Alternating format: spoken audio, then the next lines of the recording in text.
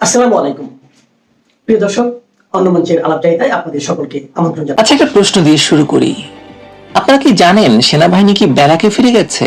প্রশ্নটা কিন্তু খুব সরল, সাধারণ, কিন্তু এর উত্তর খুঁজতে গেলেই বাংলাদেশের বর্তমান ক্ষমতার কাঠামো নিয়ে বেশ অস্বস্তিকর কিছু প্রশ্ন সামনে চলে আসবে।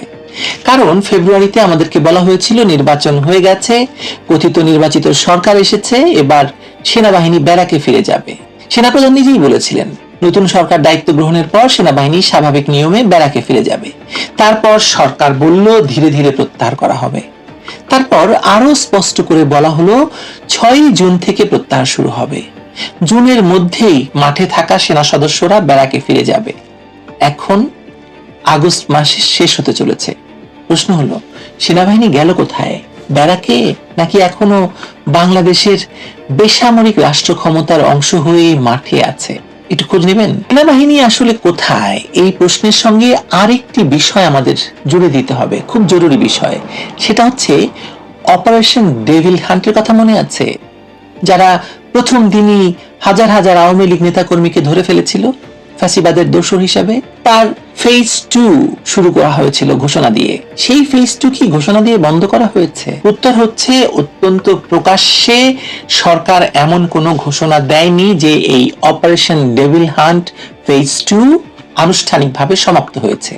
2025 সালের 13 ডিসেম্বর যৌথ বাহিনীর মাধ্যমে অপারেশন ডেভিল হান্টের ফেজ 2 শুরু হয়েছিল। সরকারি হিসাব অনুযায়ী 25 জানুয়ারি পর্যন্ত এই অভিযানে 22,464 জনকে গ্রেপ্তার করা হয়েছিল। 22,000। এই 22,000 কারা আপনারা জানেন। সরকার বলছে কিন্তু এটা। এর আগে সরকার নিজেই বলেছিল অভিযান চলবে অবৈধ অস্ত্র উদ্ধার এবং আইন শৃঙ্খলা নিশ্চিত না হওয়া পর্যন্ত। ফেব্রুয়ারির 10 তারিখেও ঢাকায় এই অপারেশনের নামে মানুষ গ্রেপ্তার হয়েছে। অর্থাৎ নির্বাচন পর্যন্ত, 12 তারিখে নির্বাচন হয়েছে, নির্বাচনের দিন পর্যন্ত এটি স্পষ্টভাবেই চলমান একটি রাষ্ট্রীয় নিরাপত্তা অভিযান ছিল। এখন প্রশ্ন হলো, নির্বাচন হয়ে গেল, সরকার বদল হলো, কিন্তু অপারেশনটি বন্ধ হলো কবে? আসলে বন্ধ হয়েছে? কোনো সমাপ্তি ঘোষণা আছে? কোনো সরকারি গেজেট আছে? কোনো প্রেস ব্রিফিং আছে যেখানে বলা হয়েছে অপারেশন ডেভিল হান্ট ফেজ 2 শেষ হয়েছে? আপনি জানেন? আমি জানি না। আমার ধারণা জনগণের কেউই জানে না। এখানেই সেনাবাহিনীর মাঠে থাকার প্রশ্নটি আরো গুরুতর হয়ে উঠছে। কারণ এটি যদি শুধু পুলিশের একটি বিশেষ অভিযান হতো তাহলে প্রশ্নটি এরকম ছিল, মানে একরকম ছিল, কিন্তু সরকার নিজে এটিকে যৌথ বাহিনীর অভিযান হিসেবে শুরু করেছিল। অর্থাৎ রাষ্ট্রের বিভিন্ন আইন শৃঙ্খলা এবং নিরাপত্তা রক্ষাকারী বাহিনী একসঙ্গে যুক্ত ছিল এই অভিযানে। তাহলে এখনো যদি অপারেশনটির আনুষ্ঠানিক সমাপ্তি না ঘটে থাকে, জনগণ কিভাবে জানবে সেনাবাহিনী আসলে বর্তমানে কোথায়? ব্যারাকে ফিরে গেছে, নাকি সেনাবাহিনী এখনো রাস্তায় আছে? কমান্ড কার হাতে? পুলিশ কোথায় নেতৃত্ব দিচ্ছে? সেনাবাহিনীর কোথায় সহায়ক হিসাবে কাজ করছে? কোন এলাকায় তারা মোতায়েন আছে? কোন আইনি ক্ষমতায়? এই প্রশ্নগুলোর কিন্তু কোনো উত্তর নেই। শেখ হাসিনা সরকারের পতনের পর অবৈধ ইউনূস সরকার সেনাবাহিনীকে মাঠে রেখেছিল। পরে সেনা কর্মকর্তাদের নির্বাহী ম্যাজিস্ট্রেসি ক্ষমতাও দেওয়া হয়েছিল।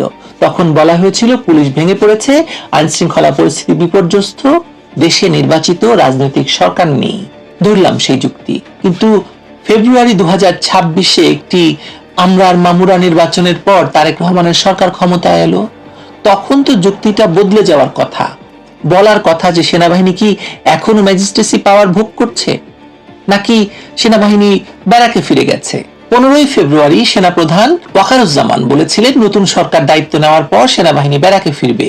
এরপর মে মাসে সরকারের আইন শৃঙ্খলা কোর কমিটি সিদ্ধান্ত নেয় যে 6 জুন থেকে পর্যায়ক্রমে সেনা প্রত্যাহার শুরু হবে এবং জুনের শেষ নাগাদ প্রক্রিয়া সম্পন্ন হবে। তখনও প্রায় 17,000 সেনা সদস্য মাঠে ছিলেন। শুনে মনে হয়েছিল এবার সত্যি সত্যি সেনাবাহিনী ব্যারাকে ফিরে যাচ্ছে। কিন্তু 22 জুন কি হলো? আওয়ামী লীগের প্রতিষ্ঠা বার্ষিকী সামনে রেখে চট্টগ্রাম, গাজীপুর, নারায়ণগঞ্জ, গোপালগঞ্জ, ফরিদপুর এসব জায়গায় আবার সেনাবাহিনী মোতায়েন করা হলো। শুধু মোতায়েন নয়, ক্যাপ্টেন এবং তার উপরের কর্মকর্তাদের বিশেষ নির্বাহী ম্যাজিস্ট্রেসি ক্ষমতাও দেওয়া হয়েছিল। গ্রেপ্তার, তল্লাশি, জনসমাবেশ, ছত্রভঙ্গ এবং জনশৃঙ্খলা রক্ষার ক্ষমতাও তাদের হাতে গিয়েছিল। অর্থাৎ যে সরকার জুনের মধ্যে সেনাবাহিনীকে ব্যারাকে ফেরানোর কথা বলেছিল, সেই সরকার জুনের মধ্যেই আবার সেনাবাহিনীকে নতুন রাজনৈতিক কর্মসূচিকে কেন্দ্র করে মাঠে নামিয়ে দিল। তাহলে প্রশ্নটা তো খুবই সরল এবং সোজা প্রশ্ন, সেনাবাহিনীকে প্রত্যাহার হয়েছিল বা হয়েছে, নাকি প্রত্যাহারের ঘোষণা দিয়ে আবারও সেনাবাহিনীকে মাঠে রাখা হয়েছে, মাঠে আছে? আর আগস্টে স্বরাষ্ট্রমন্ত্রী কি বললেন? টেকনাফ এবং উখিয়ার পাহাড়ি এলাকায় আরো 2টি সেনা ক্যাম্প করা হচ্ছে। অপহরণ, সীমান্ত অপরাধ এবং মাদক নিয়ন্ত্রণের যুক্তিতে আবার সেনাবাহিনীর স্থায়ী অবকাঠামো বাড়ানো হচ্ছে। তাহলে জুনে ব্যারাককে ফেরার ঘোষণা গেল কোথায়? এখন বাংলাদেশের নাগরিক কি জানেন ঠিক কতজন সেনা সদস্য অভ্যন্তরীণ আইন শৃঙ্খলার কাজে আছে, কোন জেলায় আছে, কোন আদেশে আছে, তাদের ম্যাজিস্ট্রেসি ক্ষমতার বর্তমান অবস্থা কি, অপারেশন ডেভিল হান্ট ফেজ 2-তে সেনাবাহিনীর বর্তমান ভূমিকা আছে কি নেই? সরকার এসব প্রশ্নের উত্তর দিচ্ছে না বা দেবে না। এই অস্বচ্ছতাটাই সবচেয়ে বড় সমস্যা। সংসদ আছে, সেখানে দাঁড়িয়ে বেনজিরকে ফেরত নিয়ে আসার মিথ্যা ঘোষণা দিতে পারেন, কিন্তু এত বড় একটি ঘটনা যে রাষ্ট্র সেনাবাহিনীকে কিভাবে ব্যবহার করছে, একটি কথিত নির্বাচিত সরকার সেনাবাহিনীকে দিয়ে কি চকিদারের কাজ করাচ্ছে কিনা, সেটা বলার ক্ষমতা এই স্বরাষ্ট্রমন্ত্রীর নেই। একটি গণতান্ত্রিক রাষ্ট্রে সেনাবাহিনীকে বেসামরিক প্রশাসনের সহায়তায় ব্যবহার করা যায়, কিন্তু সেটি ব্যতিক্রম ক্ষেত্রে সময় সীমাবদ্ধ হওয়া উচিত এবং সবচেয়ে গুরুত্বপূর্ণ, জনগণের কাছে সেটা স্বচ্ছভাবে জানানো উচিত, কোন দিন থেকে কোন দিন, কোন সময়, কোন আইনে, কিভাবে। কিন্তু বাংলাদেশে তো সেটা হয় না, হচ্ছে না। একটি বিশেষ অভিযান শুরু হলো যৌথ বাহিনীর নাম দিয়ে, হাজার হাজার মানুষ গ্রেপ্তার হলো। নির্বাচনের পরও সেই অভিযান বন্ধের আনুষ্ঠানিক ঘোষণা দেখা গেল না। সেনাবাহিনী প্রত্যাহারের কথা বলা হলো, পরে আবার রাজনৈতিক নিরাপত্তায় সেনা মোতায়েন হলো, নতুন করে ম্যাজিস্ট্রেসি ক্ষমতা দেওয়া হলো, আবার আগস্টে নতুন সেনা ক্যাম্পের ঘোষণা এলো। এটা কি সত্যি সাময়িক ব্যবস্থা, নাকি বাংলাদেশের রাষ্ট্র পরিচালনায় সামরিক বাহিনীর একটি দীর্ঘমেয়াদী ভূমিকা একেবারে স্বাভাবিক করে তোলা হয়েছে? তারেক রহমানের সরকার এই প্রশ্নের উত্তর দেবে না, কিন্তু আমাদের তো প্রশ্নটি তুলতে হবে। কারণ নির্বাচন হলেই সরকার পুরোপুরি বেসামরিক হয়ে গেল। রাষ্ট্রবিজ্ঞানে দেখতে হয় যে রাষ্ট্রের কোয়ার্সিভ পাওয়ার, অর্থাৎ বৈধ বল প্রয়োগের ক্ষমতা বাস্তবে কার হাতে। রাজনৈতিক সংকটে কাকে নামানো হচ্ছে, নিরাপত্তা সংকটে কার উপর সরকার নির্ভর করছে, কার উপস্থিতি ছাড়া সরকার নিজের রাজনৈতিক এবং আইন শৃঙ্খলা পরিস্থিতি সামলাতে পারছে না। যদি প্রতিবার সংকটে সেনাবাহিনীকেই ডাকতে হয়, তাহলে আর সাধারণ স্বাভাবিক গণতান্ত্রিক রাষ্ট্র বলছি কেন? সেনা শাসন দিয়ে দিলেই হয়, এবং সেনা শাসন তো আসলে চলছে বাংলাদেশে। যদি অপারেশন ডেভিল হান্টের মতো দীর্ঘমেয়াদী যৌথ অভিযান চালু রাখতে হয়, তাহলে নির্বাচিত বেসামরিক প্রশাসনের দরকারটা কি? আমি বাংলাদেশকে পাকিস্তানের সঙ্গে হুবহু তুলনা করছি না, কিন্তু পাকিস্তানের সেনাবাহিনীর বহুবার সরাসরি ক্ষমতা দখল করেছে এবং সেখানে সামরিক প্রতিষ্ঠানের রাজনৈতিক এবং পররাষ্ট্রনৈতিক আধিপত্য ঐতিহাসিকভাবে অনেক গভীর। কিন্তু পাকিস্তানও তো একদিনে পাকিস্তান হয়নি। বেসামরিক রাজনীতিকেরা যখন নিজেদের ক্ষমতা টিকিয়ে রাখতে সামরিক উপস্থিতিকে স্বাভাবিক করে ফেলেছেন, যখন সেনাবাহিনীকে পুলিশি এবং রাজনৈতিক সমস্যার নিয়মিত সমাধান হিসেবে ব্যবহার করেছে, তখন সামরিক প্রতিষ্ঠানের রাজনৈতিক গুরুত্ব বা সেনাবাহিনীর রাজনৈতিক গুরুত্ব বহুভাবে বেড়ে গেছে এবং তারা নিজেদেরকে রাষ্ট্র ভাবতে শুরু করেছে। বাংলাদেশে সেনাবাহিনীকে স্বাভাবিকভাবেই সেদিকে নিয়ে যাওয়া হচ্ছে কিনা, বা বাংলাদেশের রাষ্ট্র ক্ষমতা সেভাবেই সেনাবাহিনী এবং তারেক রহমানের মধ্যে ভাগাভাগি হচ্ছে কিনা, এই প্রশ্নটা তো আমাদেরকে তুলতে হবে। অপারেশন ডেভিল হান্টের প্রশ্ন আপনি না তুললে আপনি কি জবাব দেবেন নিজের কাছে? কারণ অভিযানটি, এই অপারেশন ডেভিল হান্ট নামক অভিযানটি যদি এখনো আনুষ্ঠানিকভাবে বন্ধ না হয়ে থাকে, তাহলে তারেক রহমানের সরকার আসলে অবৈধ ইউনূস সরকারের নিরাপত্তা কাঠামোর কতটা পরিবর্তন করেছে? সরকার বদলেছে, প্রধানমন্ত্রী বদলেছে, কিন্তু সেনাবাহিনী তো মাঠে। যৌথ নিরাপত্তা অভিযানও অন্তত আনুষ্ঠানিকভাবে সমাপ্ত ঘোষণা তো হয়নি এখনো পর্যন্ত। এই অবস্থায় কেবল নির্বাচনের ফলাফল দেখিয়ে বললে হবে না যে বাংলাদেশে আবার স্বাভাবিক বেসামরিক শাসনে ফিরে গেছে বাংলাদেশ। আসলে তো যায়নি। সামনে প্রধানমন্ত্রী আছে, পেছনে সেনাবাহিনী আছে, পাশে অনির্দিষ্টকাল চলতে থাকা যৌথ অভিযান আছে। এটাই বাংলাদেশের নতুন ক্ষমতার কাঠামো। তারেক রহমানের সরকার যদি সত্যি পূর্ণাঙ্গ বেসামরিক সরকার হয়ে থাকে, তাহলে জনগণকে 3টি জিনিস স্পষ্ট করতে হবে, স্পষ্ট করে বলতে হবে, সংসদে দাঁড়িয়ে বলতে হবে যদি সংসদকে কার্যকর মনে করেন, সেনাবাহিনী এখন কোথায় এবং কতজন মাঠে আছে, তারা কবে পুরোপুরি ব্যারাকে ফিরে যাবে, আর অপারেশন ডেভিল হান্ট ফেজ 2 আনুষ্ঠানিকভাবে শেষ হয়েছে কিনা, এই 3টি প্রশ্নের উত্তর বা পরিষ্কার উত্তর না পাওয়া পর্যন্ত প্রশ্নটি আসলে থাকবেই। সেনাবাহিনী কি সত্যি ব্যারাকে ফিরেছে, নাকি শুধু আমাদের বলা হচ্ছে বারবার তারা ফিরবে, নাকি ফিরবে না? ভালো থাকবেন সবাই। ও, বাংলাদেশ কারা চালাচ্ছে, সেনাবাহিনী না তারেক রহমান? আসসালামু আলাইকুম রহমতুল্লাহি ওয়া বারাকাতুহু। সম্মানিত দর্শক, বিএনপি এখন রাষ্ট্র ক্ষমতায়, সে প্রায় 17 বছর পর। আর অবিশ্বাস্যভাবে, অকল্পনীয়ভাবে জনাব তারেক রহমান সাহেব এখন বাংলাদেশের প্রধানমন্ত্রী। তো এই যে বিএনপি ক্ষমতায় এলো, ক্ষমতা আসার পেছনে বিএনপির কতটুকু অবদান আছে, প্রকৃতির কতটুকু অবদান আছে, আওয়ামী লীগের কতটুকু অবদান আছে, এই বিষয় নিয়ে আলোচনা করব। দ্বিতীয়ত, এই যে তারেক রহমান সাহেব যে প্রধানমন্ত্রী হলেন, সেই প্রধানমন্ত্রী হওয়ার ব্যাপারে শেখ হাসিনার কতটুকু ভূমিকা আছে, কতটুকু কৃতিত্ব আছে, সেটিকে তিনি ইচ্ছে করে করেছেন না নিজের অজান্তে করেছেন, এই বিষয় নিয়ে আলোচনা করব। আলোচনাটা মৌলিক, আপনাদের ভালো লাগবে আশা করি। প্রথমে বলে নেই যে আজকে যদি বিএনপি সত্যিকার অর্থে তার উপকার যারা করেছে তাদেরকে খোঁজেন, যে কি কারণে আজ তিনি বিএনপি এই অবস্থায় এলো, তাহলে তাকে সবার আগে খুঁজতে হবে আওয়ামী লীগকে। আওয়ামী লীগের কারণেই আজ বাংলাদেশে বিএনপি অপরিহার্য হয়ে পড়েছে। একে একে করে বলছি। প্রথম কারণ হলো যে আওয়ামী লীগ একটা বড় দল। সেই বড় দলের যে বৃহত্তমতার কাছে একমাত্র বিএনপির যে অস্তিত্ব বা তুলনা, এটাকে আওয়ামী লীগ অসম্ভব করে, অবশ্যম্ভাবী করে তুলেছিল। বিএনপি আওয়ামী লীগের একমাত্র প্রতিদ্বন্দ্বী। আওয়ামী লীগ চলে গেলে সেই খালি জায়গাটাতে বিএনপি বসবে, এই সুযোগটা আসলে আওয়ামী লীগ তৈরি করে ফেলেছিল। সেটা কিভাবে? প্রথমত হলো যে রাজনীতির যে বিকল্প শক্তিগুলো রয়েছে, সেই শক্তিগুলোকে ধীরে ধীরে ধীরে ধীরে আওয়ামী লীগ শেষ করে দিয়েছেন। যেমন বাংলাদেশের অন্তত পক্ষে 30-35টি দল ছিল, যেগুলো মোটামুটি দৃশ্যমান। আর সেই 30-35টি দলের মধ্যে 80-র দশক থেকে, এরশাদ জমানা থেকে 30 থেকে 35টি দল ছিল, যে দল 200-300 থেকে শুরু করে 3-4 হাজার লোক জড়ো করে এই ঢাকা শহরে মিছিল মিটিং করতে পারত। এরশাদ জমানাতে এই দলগুলোকে বাঁচিয়ে রাখা হয়েছিল ডিজিএফআই এর পয়সা দিয়ে। আবার অনেকে কেবলমাত্র, যেমন বাসদ, তারপরে ধরুন বাংলাদেশ কমিউনিস্ট পার্টি, তারা তাদের মেম্বারদের চাঁদা নিয়ে নিজেদের অস্তিত্ব বজায় রেখে এইরকম অনেক ছোট ছোট দল, 8-10টা দল ছিল। এর বাইরে বড় দল বলতে যেমন জাতীয় পার্টি, জাসদ, ওয়ার্কার্স পার্টি, তো তরিকত ফেডারেশন, জাকির পার্টি, এরকম অনেকগুলো পার্টি ছিল। যেমন আমাদের ইসলামী শাসনতন্ত্র আন্দোলন, ইসলামী আন্দোলন যেটিকে বলা হয়, চরমোনাই পীর সাহেবের, এরকম দলগুলো কিন্তু অনেকগুলো ছিল। এর মধ্যে খেলাফত মজলিসের কয়েকটি গ্রুপ, এরকম যারা আহলে সুন্নাত ওয়াল জামাতের আরও কয়েকটি সংগঠন ছিল। যে দলগুলো যদি পৃষ্ঠপোষকতা পেত, তাহলে 1টা, 2টো, 3টে, 4টে করে তারা সিট আনতে পারত। যেমন 24-এর নির্বাচনে সিলেটের একটি আসন থেকে সেখানকার একজন পীর আছেন, ফুলতলি পীর সাহেব।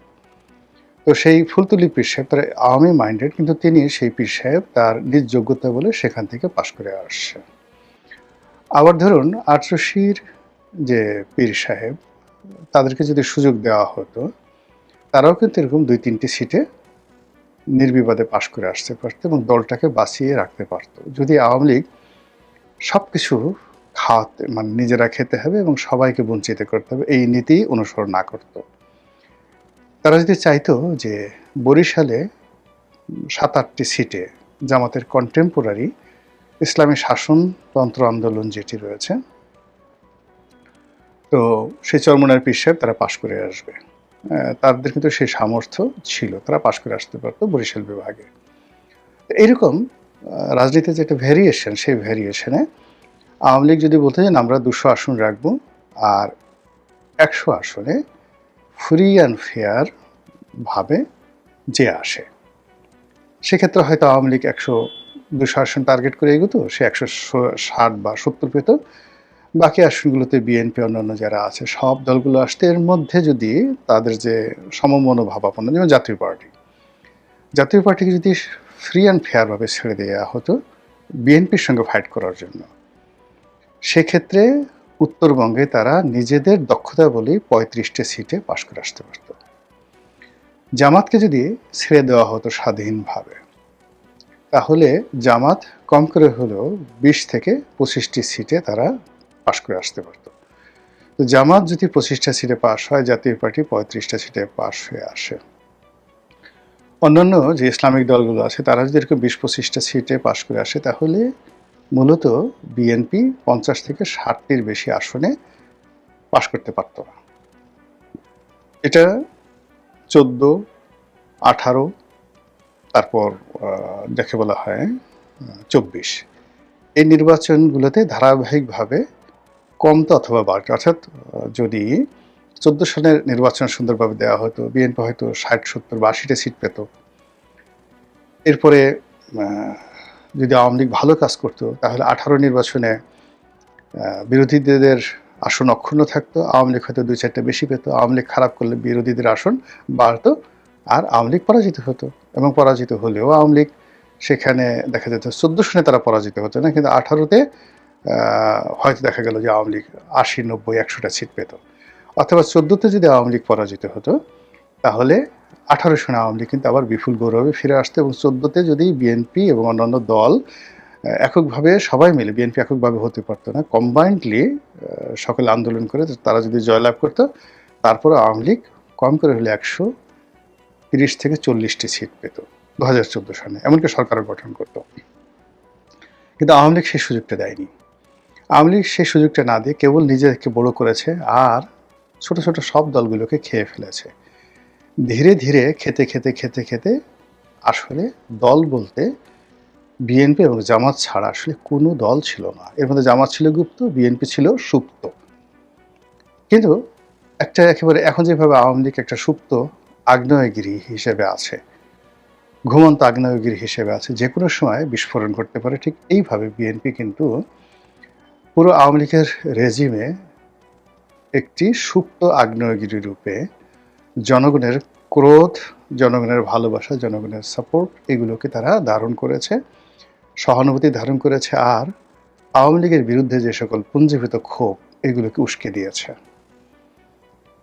ফলে যখন গণ অভ্যুত্থান হয়েছে, আওয়ামী লীগের পতন হয়েছে, খালি জায়গাটি সম্মিলিত শক্তি হিসেবে, বৃহৎ শক্তি হিসাবে এটি বিএনপির জন্য অনিবার্য হয়ে পড়েছে। বিএনপির এই একক ক্ষমতাকে চ্যালেঞ্জ দেওয়ার মতো যদি অন্ততপক্ষে 30-35টি রাজনৈতিক দল থাকতো, দৃশ্যমান রাজনৈতিক দল থাকতো, যদি হাসিনুল হক ইনু, রাশেদ খান মেনন, মোস্তফা আমির ফায়সাল জাতীয় পার্টির মানে জাকির পার্টির, এরপরে জাতীয় পার্টির অন্যান্য যেটা আনোয়ার হোসেন মঞ্জুর মতো মানুষ, আনিসুল ইসলাম মাহমুদ সাহেবের মতো মানুষ, রুহুল আমিন হাওলাদার, কাজী ফিরোজুর রশিদ সাহেবের মতো মানুষ, এরা যদি রাজনৈতিক অঙ্গনে ওইভাবে থাকতেন, তাহলে আপনি দেখেন যে বিএনপির মহাসচিব বা বিএনপির প্রথম সারির মানে 5 জন নেতা, গয়েশ্বর বাবু, মেজর হাফিজ, মির্জা ফখরুল ইসলাম আলমগীর, তারপর শেষে ডক্টর মঈন খান,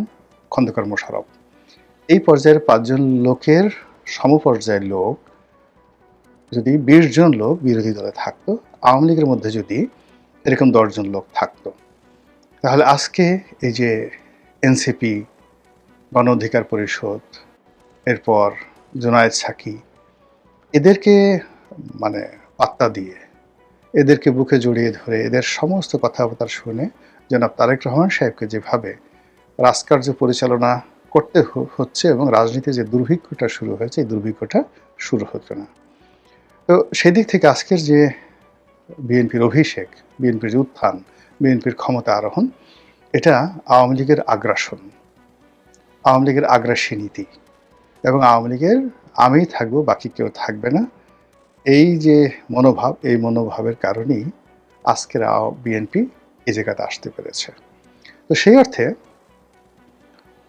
বিএনপির উচিত আওয়ামী লীগকে ধন্যবাদ দেওয়া যে পুরো সময়টি জুড়ে তারা যত আগাছা আছে, রাজনীতির আগাছা, ছোটোখাটো আগাছা, সেই আগাছাগুলোকে তারা পরিষ্কার করে তারা বিএনপির জন্য একটা উর্বর রাজনৈতিক ক্ষেত্র তৈরি করে ফেলেছে।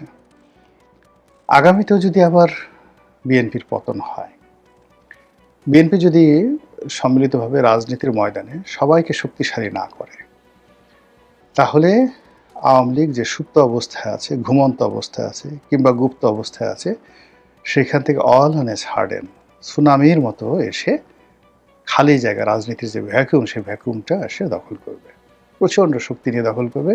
এবং প্রকৃতিতে এভাবেই হয় যে আমাদের দেশে যে ঘূর্ণিঝড় হয়, ঘূর্ণিঝড় কেন হয়, কালবৈশাখী কেন হয়, একটা নির্দিষ্ট জায়গায় উত্তপ্ত হয়ে যায় বায়ুমণ্ডল, তারপর সেই বাতাস গরম হয়ে যাওয়ার পর সেই বাতাস উপরে উঠে যায়, মানে সে তার জায়গা ছেড়ে দেয়। আর বায়ুর যে শূন্যতা, যে জায়গাটা খালি হয়, সেই জায়গাটা পূর্ণ করার জন্য আশেপাশে ঠান্ডা বাতাস দৌড়ে চলে আসে এবং তখনই সেখানে একটা ঘূর্ণিঝড় তৈরি হয়ে যায়। এবং আপনি দেখবেন ঝড় শুরু হওয়ার আগে হঠাৎ করে একটা ঠান্ডা বাতাসের প্রবাহ ধীরে ধীরে আসতে থাকে। সেক্ষেত্রে সামনে যে পরিবর্তন, সেই পরিবর্তনটা যদি বিএনপি সতর্ক না হয়, রাজনীতি যদি ওপেন আপ করে না দেওয়া হয়, শুধুমাত্র নিজেদের কর্তৃত্ব রাখে এবং আওয়ামী লীগ যে কাজগুলো করেছে হুবহু ঠিক সেম কাজটা এখন তারা করছে, সেই কাজ যদি তাদের অব্যাহত থাকে, তাহলে যেভাবে আওয়ামী লীগের পতন হয়েছে একইভাবে বিএনপির পতন হবে। এগুলো একটা। সেকেন্ড থিং হলো, তারেক রহমান সাহেব কী করে ক্ষমতায় এলেন? এত ক্ষমতা আসার কথা নয়। তাকে মাইনাস করার, তাকে বাদ দেওয়ার অনেক চেষ্টা আওয়ামী লীগ করেছে। এমনকি আওয়ামী লীগ তারেক রহমান সাহেবের পরিবর্তে তার স্ত্রীকে রাজনীতির পাদবিটা আনার জন্য প্রাণান্ত চেষ্টা করেছে, জুবাইদা রহমানকে আনার জন্য নানাভাবে চেষ্টা করেছে। আওয়ামী লীগের বড় সমস্যা ছিল তারেক রহমান সাহেব, 1 নম্বর সমস্যা। 2 নম্বর সমস্যা ছিল মনস্তাত্ত্বিক বেগম জিয়া।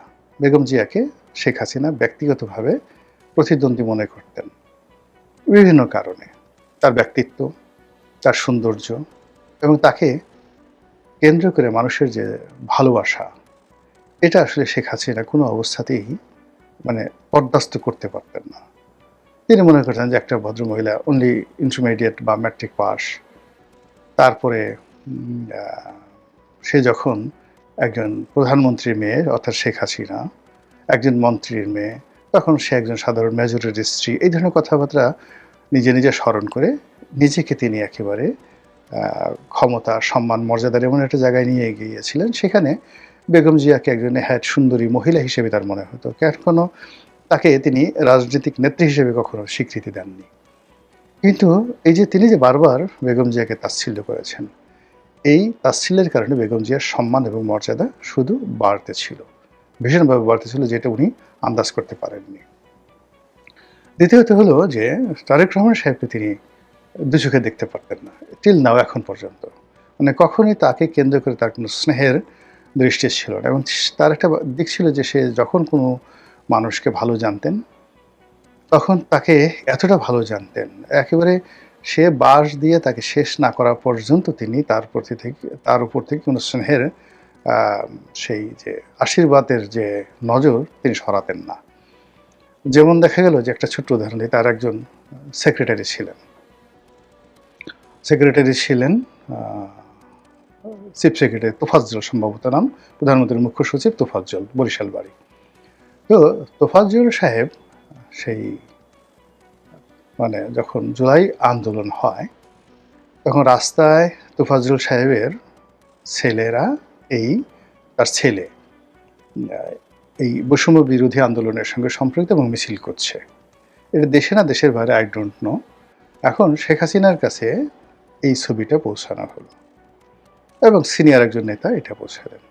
তো প্রথমে তিনি আহত হলেন, কষ্ট পেলেন, তারপর একটু পরে আবার বললেন যে আরে বাদ দাও তরুণরা, গিয়ে দেখো তোমার ছেলে মেয়েও এই এখন বৈষম্য বিরোধীদের সাথে সেই মিছিল করছে। তো যেই লোক অভিযোগ করতে গেছে সে তো রীতিমতো বেজ্জিত হয়ে গেলেন এবং সে আমাকে কয়দিন আগে নিজে টেলিফোন করে বললেন যে এই হলো তাদের নেত্রীর মনোভাব। এবং এই ঘটনাটা ঘটছে ধরুন 2024 সনের জুলাই মাসের 20-22 তারিখের দিকে। তবু তিনি তোফাজ্জল সাহেব সম্পর্কে নেতিবাচক কথা বলেননি। কাইকাউস নামে তার আর একজন মুখ্য সচিব ছিল। পুরো বাঁশ দিয়ে, মানে সারা আওয়ামী লীগের সবাই মিলে সারা বাংলাদেশের আওয়ামী লীগকে গত 17 বছরে জানা করেছে, সর্বনাশ করেছে। এই সুনামগঞ্জের ওদিকে বোধহয় বাড়ি, কাইকাউস নামে যে ভদ্রলোক বিদেশে এখন পালিয়ে আছে, খুব স্টাইল করে কথা বলেন, একজন সচিব, তার মুখ্য সচিব হয়ে গেছে। এই লোকটি শেখ হাসিনাকে, আওয়ামী লীগকে এমন সর্বনাশ করেছে, এবং শেখ হাসিনা কাইকাউস ছাড়া আর কিচ্ছু বুঝতেন না। মানে যেভাবে, একটা ছোট্ট উদাহরণ দিই, কাইকাউস একেবারে absolute was A slave and servant of Salman F Rahman. তো সালমান এফ রহমানের সাথে, সালমান এফ রহমান করোনার টিকা দিবে, সমস্ত ওষুধের যে শিল্পটা তার নিজের হাতে চালাবে। এই কাজের জন্য স্বাস্থ্য মন্ত্রণালয়ের তৎকালীন যে সচিব ছিলেন, খুবই পাওয়ারফুল, একদম পাগলা টাইপের, বাড়ি সম্ভবত কিশোরগঞ্জের দিকে, মান্নান সাহেব ছিল নাম। এমনি আওয়ামী লীগ করতেন না, কিন্তু ভীষণ রকম ডেসপারেট। চট্টগ্রামের ডিসি ছিলেন, কমিশনার ছিলেন, অল থ্রো, মানে যাকে বলা হয় অনেস্ট, এবং পাগলা, যাকে বলা একটু একদম পুরো পাগল টাইপের মানুষ। তো সে পুরো সালমান সাহেবকে চ্যালেঞ্জ দিল, এবং সে কিচ্ছু করতে দিল না করোনার সময়টাতে। এর মধ্যে তার স্ত্রী, সেই স্বাস্থ্য সচিবের স্ত্রী, করোনাতে মারা গেলেন, এবং কয়েকদিন পরে স্বাস্থ্য সচিব সেই নিজে করোনা আক্রান্ত হয়ে বিছানায়। এটাকে সুযোগ হিসেবে গ্রহণ করে সেই কাইকাউস অ্যান্ড গং প্রধানমন্ত্রীকে গিয়ে বোঝালেন যে স্বাস্থ্য মন্ত্রণালয়ের মতো গুরুত্বপূর্ণ একটা মন্ত্রণালয়, যেখানে সচিব নেই, তো এই সময়টাতে সে অসুস্থ, তাকে সেই ট্রান্সফার করে যেখানে একটু কম গুরুত্বপূর্ণ জায়গা থেকে দিয়ে রাখি, পরে না হয়, না হলে এখন একজন মানে এই মুহূর্তে করোনার এই সময়টাতে চালাতে হবে এরকম একজন স্বাস্থ্য সচিবকে সেখানে নিয়োগ দেওয়া হোক। তো বোঝার চেষ্টা করে যে যার স্ত্রী মারা গেছে, এবং যে পুরো স্বাস্থ্য মন্ত্রণালয়ের যে সফলতা, শেখ হাসিনার সময়ের যে সফলতা, এটার জন্য করোনা, বিশেষ করে করোনা মোকাবেলাতে সবাই যাকে সম্মান করে তিনি হলো মান্নান সাহেব। তো সেই মান্নান সাহেবকে এই কাইকাউসরা ট্রান্সফার করে দিল, এবং ওখানে আবার সেই, মানে যাকে বলা হয় জাহাদ মালিকের গ্রুপ, সালমান এফ রহমানের গ্রুপ, মানে তারা মিলে এই করোনার যে হাজার হাজার কোটি টাকা লুটপাট করা শুরু করলো। তো এই তখন যদি এই কাইকাউস সম্পর্কে, জাহেদ মালিক সম্পর্কে, সালমান সম্পর্কে শেখ হাসিনার কাছে কেউ এটা টু শব্দ করতো, তার জীবন নিয়ে টানাটানি শুরু হয়ে যেত। এইভাবে কত পরিবার শেষ করে দিয়েছে। তো এই কর্মকাণ্ড করে যেটি হলো, শেখ হাসিনা তার একক একটা কর্তৃত্ব, একটা বংশ, মানে বঙ্গবন্ধুর কন্যা, একটা বংশ, একটা মনুমেন্ট সে তৈরি করে ফেলেছিল তার নিজের জন্য। ঠিক ওটাকে সামাল দেওয়ার জন্য বিএনপি আসলে অটোমেটিক্যালি তারা একজন নেতাকে তৈরি করেছে, কেবলই মাত্র যেন সমস্ত ক্ষমতা, আগ্রহ, উদ্দীপনা যেন তারেক জিয়ার দিকে যায়। এর কারণ হলো শেষের 7-8 বছরে তোফায়েল সাহেব শেষ, আমু সাহেব শেষ, মতিয়া চৌধুরী শেষ, দলের যত লোক ছিল সিনিয়র জুনিয়র সব শেষ হয়ে একমাত্র দলের বাতিঘর বা হ্যাজাক লাইট রূপে শেখ হাসিনাকে এনলাইটেন করা হয়েছিল।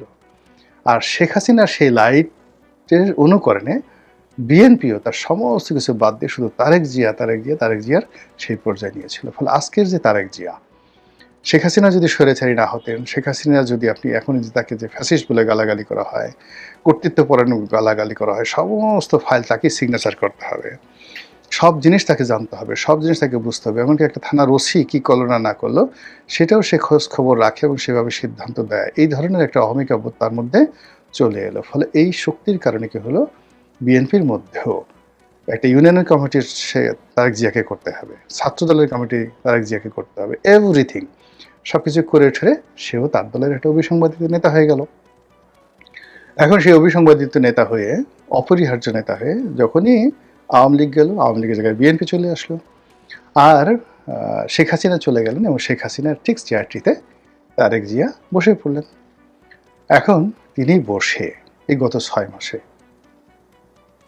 শেখ হাসিনার মতো কাজ করছেন একক কর্তৃত্ব নিয়ে, নাকি গণতান্ত্রিকভাবে করছেন? তিনি কি ভবিষ্যতে শেখ হাসিনা, জয় বা পুতুল এই পারিবারিক যে রাজনীতি, সেই রাজনীতির জন্য একটা স্পেস রেখে দিচ্ছেন, নাকি তিনি চাচ্ছেন যে সার্বজনীন একটি রাজনীতি থাকবে, সেই রাজনীতির মধ্যে কারো যদি পারিবারিক গ্রহণযোগ্যতা থাকে সেটা প্লাস পয়েন্ট হবে, কিন্তু যোগ্যতা থাকতে হবে সার্বজনীন। এই জিনিসটা যদি থাকে তাহলে আওয়ামী লীগের ক্ষেত্রে শেখ হাসিনা, বঙ্গবন্ধু পরিবার, শেখ পরিবার এটি অটোমেটিক্যালি মাইনাস হয়ে যাবে। আর যদি তারেক রহমান সাহেব সব জায়গাতে, তারেক রহমান, তারপরে জুবাইদা রহমান, তারপরে জাইমা রহমান, এটা যত বেশি সামনে চলে আসবে, তারপরে জাইমা রহমানের বিড়াল, তারেক রহমান সাহেবের অন্য যে কোনো একটা প্রাণী, এনিথিং, এই জিনিসগুলো যত বেশি আসবে তখন দেখবেন যে জয়ের কুকুর নিয়ে সামনে চলে আসবে। জয়ের কুকুরও তখন যাকে বলা হয় আওয়ামী লীগের লোকের কাছে এটা বিরাট নেতা হয়ে যাবে, বিরাট নেতা। তারপরে পুতুলের ভ্যানিটি ব্যাগ আওয়ামী লীগের সমস্ত নেত্রীদের কাছে ওটা একটা সিম্বল হয়ে যাবে, এবং এটাই রাজনীতি। এখন সেই রাজনীতি চলছে।